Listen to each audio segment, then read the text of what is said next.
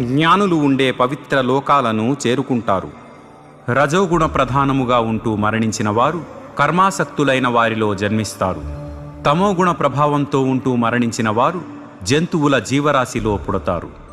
సత్వగుణములో చేసిన కార్యముల ఫలములు పవిత్రమైన ఫలితములను ఇస్తాయి. రజోగుణములో చేసిన పనులు దుఃఖాలను కలుగజేస్తాయి మరియు తమోగుణములో చేసిన పనులు అజ్ఞానపు చీకటిని కలుగజేస్తాయి. సత్వగుణముచే జ్ఞానము, రజోగుణముచే లోభము మరియు తమోగుణముచే నిర్లక్ష్యము మరియు మోహము జనించును. సత్వగుణములో స్థితమై ఉన్నవారు ఉన్నత స్థాయికి వెళతారు. రజోగుణములో స్థితమై ఉండేవారు మధ్యస్థాయిలోనే ఉండిపోతారు. తమోగుణములో స్థితమై ఉండేవారు అధోగతి పాలవుతారు. అన్ని కార్యములలోనూ కర్తలు ఈ త్రిగుణములే తప్ప వేరే ఇతర ఏవీ లేవు అని ఎప్పుడైతే వివేకవంతులు తెలుసుకుంటారో మరియు నన్ను